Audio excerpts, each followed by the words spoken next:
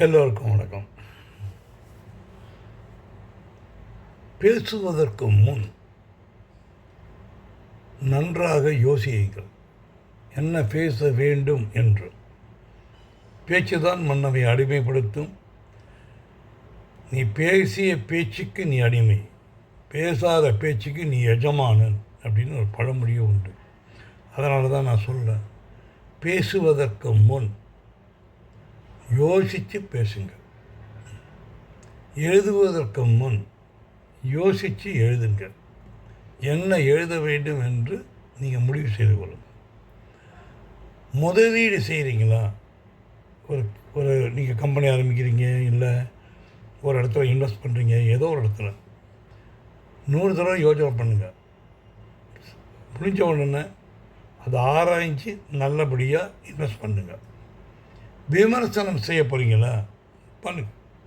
ஆனால் விமர்சனம் பண்ணுறதுக்கு முன்னால் 100 தடவை ஆராய்ச்சி யோஜனை பண்ணி செய்யலாமா வேண்டாமான்னு யோஜனை பண்ணுங்க. ஒன்றை விடுவதற்கு முன், ஒரு விஷயத்தை விடுறதுக்கு முன்னால் அது நல்லதா கெட்டதான்னு யோஜனை பண்ணிட்டு முடிவு பண்ணு. இதுதான் எல்லா இடத்துலையும் ஒரு விஷயம். வாழ்க்கையே ஒரு ஃபுட்பால் மாதிரி. ஃபுட்பாலே வாழ்க்கை. ஃபுட்பால் விளையாட்டு மாதிரி தான் வாழ்க்கை. ஃபுட்பாலே வாழ்க்கை. அவ்வளோதான். பாதி கிரவுண்டு போயிருப்போம். எதிரில் இருப்பவர் உங்களை மடக்கி அந்த பாலை எடுத்துக்கிட்டு போயிடுவார். மீண்டும் அவருடன் மோத வேண்டும், அவர் பின்னால் ஓட வேண்டும். அதை மற்றவர்கள் அவர் பாஸ் செய்து விடுவார். அவர்கள் பின்னும் நீங்கள் ஓட வேண்டும். பால் வந்த இடத்திற்கே மீண்டும் வரும். அங்கிருப்பு வேறு ஒருவர் உங்களுடைய டீமில் இருக்கிறவர் தட்டி பறித்து அதை உங்களுக்கு அனுப்புவார். இப்போ உங்களோட டேர்ம் அது. இப்போ உங்களோட வராரு, அவர் உங்களை துரத்திக்கிட்டு வருவார். இப்போது அவர் சமாளிக்க போகிறீங்களா? அவரை லாபகமாக ஏமாற்ற போகிறீங்களா? ஏமாற்றி அந்த பாலை கொண்டு போய் ஃபுட்பால் கோல் கீப்பர்கிட்ட கோலை போட போகிறீங்களா? போட போலியாங்கிறது இட் இஸ் யுவர் டர்ன். நீங்கள் தான் முடிவு செய்ய வேண்டிய நேரம் இது. இதுதான் வாழ்க்கை. அதாவது நீங்களும் மிஞ்சலாம், உங்களுடைய நண்பரும் மிஞ்சலாம், யார் வேணாலும் நம்பலாம். இதெல்லாம் அதாவது அப்பப்போ விளையாடும்போது தெரியும். வெற்றி உங்கள் கையில். ஒரு ஹோட்டல் எடுத்துக்கிட்டிங்கன்னு வச்சுக்கோங்களேன், எந்த பொருளும் கெடாமல் இருந்து அதை குப்பைகள் கொட்டாமல் கஸ்டமருக்கு நல்ல பொருளாக கொடுக்கணுங்கிறது ஒரு விதி. அதில் வந்தது தான் வடைகறி. இது புத்திசாலித்தனம் கூட.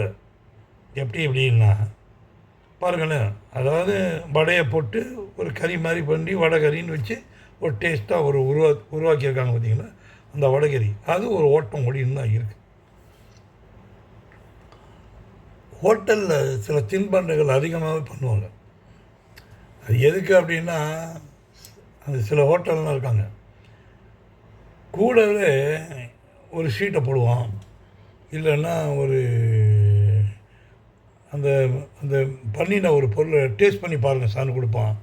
இதெல்லாம் சில ஹோட்டலில் பண்ணுற விஷயங்கள். இது ஒரு நல்ல ஐடியா.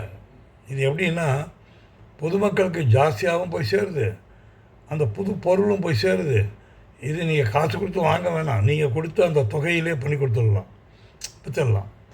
அவங்களும் ஒரு 10 நாள் கழிச்சு அது கெட்டு போகிறதுக்கு கஸ்டமருக்கு தான் போய் சேரட்டுமே அப்படின்னு சொல்லிட்டு கூட அதை ஒரு 3 நாளைக்கு முன்னால் அதை தள்ளி விட்ருவாங்க. இதை பார்த்தீங்கன்னு வச்சிங்களேன், அவனை நல்ல ஹோட்டல்ப்பா, போனேன் கூட ஒரு ஜாங்கிரியெல்லாம் வச்சுட்டான்ப்பா, அவன் தெரியாது, 4 நாள் கெட்டு போயிடுது. ஆனால் நம்ம மக்களுக்கு எப்படின்னா, யாராவது ஒருத்தர் ஃப்ரீயாக கொடுத்தா ஏன் ஜாஸ்தியாக கொடுக்கணும்னு யோசனை பண்ண மாட்டான். ஃப்ரீயாக கொடுத்தா ஏன் ஃப்ரீயாக கொடுக்கணும்னு நினைக்க மாட்டான். எதை கொடுத்தாலும் வாங்கி வச்சுப்பான், அவ்வளோதான். இது எப்படின்னா, ஒரு ஆடி தள்ளுபடி, டிஸ்கவுண்ட் சேல்ஸு, 1 எடுத்தால் 2 இலவசம், இல்லை 2 எடுத்தால் 1 இலவசம், இது மாதிரி வியாபார தந்திரங்கள். இதில் வியாபார தந்திரத்தில் நிறைய பேர் நிறையா விஷயங்கள் பண்ணிகிட்டு இருக்காங்க. அதில் இது ஒரு போர்ஷன். அதாவது சாப்பிட்ற பொருளையே ஹோட்டலில் கூட கொடுத்துட்றது. சாப்பிட்டு போ அப்படிங்கும்போது அவங்களுக்கு என்ன தோணும் அப்படின்னா, இந்த ஹோட்டலில் வந்தால் கூடவே கிடைக்கும் போல இருக்குது அப்படிங்கிற மாதிரி இன்னும் ஒரு 10 பேர் போய் சொல்லுவோம். அட்வர்டைஸ்மெண்ட்லேயே மாபெரும் அட்வர்டைஸ்மெண்ட் எது அப்படின்னா, வாய் மூலமாக போகக்கூடிய விஷயங்கள் இருக்குது இல்லையா, அதுதான் அருமையான அட்வர்டைஸ்மெண்ட். சூப்பர் அட்வர்டைஸ்மெண்ட் அது. நீங்கள் பேப்பரில் கொடுத்து, பேம்ப்ளெட்டு கொடுத்து, அப்புறம் அந்த ஹோட்டலில் சாப்பிட்டோம்பா, சாப்பாடு நல்லா இருந்தது. முதலாளி திடீர்னு பார்த்தா ஒரு ஜாங்கிரி கொடுத்தாரு. இன்னொருத்தர் பாதாம் அல்வா சாப்பிட்டு பாருங்கள் சார் எப்படின்னு இருக்கு சொல்லுங்கள். இதெல்லாம் எப்படி இப்படி ஒரு ஒரு ஒரு மாற்றத்தை உருவாக்கி அதுலேருந்து ஒரு பொருளை கொடுத்து உங்களை திரும்ப திரும்ப இழுக்கிறதுக்கு பேர் அந்த ஹோட்டலில், அது பல ஹோட்டல்களில் பண்ணுற விஷயங்கள் தான். இது ஒரு நல்ல ஒரு மெத்தடாலஜிக்கல். எப்படின்னா, கெட்டு போகிறத விட உங்களுக்கு கொடுத்தா அதுவும் நீங்களும் சாப்பிட்ட மாதிரி இருக்கும், டேஸ்ட் பண்ண மாதிரியும் இருக்கும், அவங்களுக்கு நல்ல பேர் கிடைச்ச மாதிரி இருக்கும். இது ஒரு மெத்தட். இப்படி இருக்கிறது தாங்க டாமினோ, பீஸா ஹட்டு. இதெல்லாம் ஆரம்பித்ததுனால 10க்கு 10 ஆரம்பித்தான். இன்றைக்கி இந்தியாவில், உலகத்திலேயே இந்தியாவில் தான் பிரான்ச்சஸ் ஜாஸ்தி டாமினோக்கு. அந்த லெவலுக்கு அவங்க வியாபார தந்திரத்தை உருவாக்கிறாங்க. 10க்கு 10 அடியில் ஆரம்பித்த கம்பெனி இன்றைக்கி பாருங்கள் உலகம் போல சுற்றுது இல்லையா. பிழைக்க தெரிந்தவன் பிழைத்து கொள்கிறான். முட்டுச்சந்தில் உட்காந்துக்கிட்டு ட்ரம்ப்பை பற்றியும் புட்டினை பற்றியும் பேசிக்கிட்டு அரட்டை அடிக்கிறவன் அரட்டை அடிச்சுக்கிட்டு உருப்படாமல் போய் முட்டுச்சந்தில் உட்காந்துட்டு இருப்பான். இதுதான் எப்போவும் நடக்கிறது. நீங்கள் எங்கே நிற்க போகிறீங்கிறத நீங்கள் தான் முடிவு பண்ணணும்.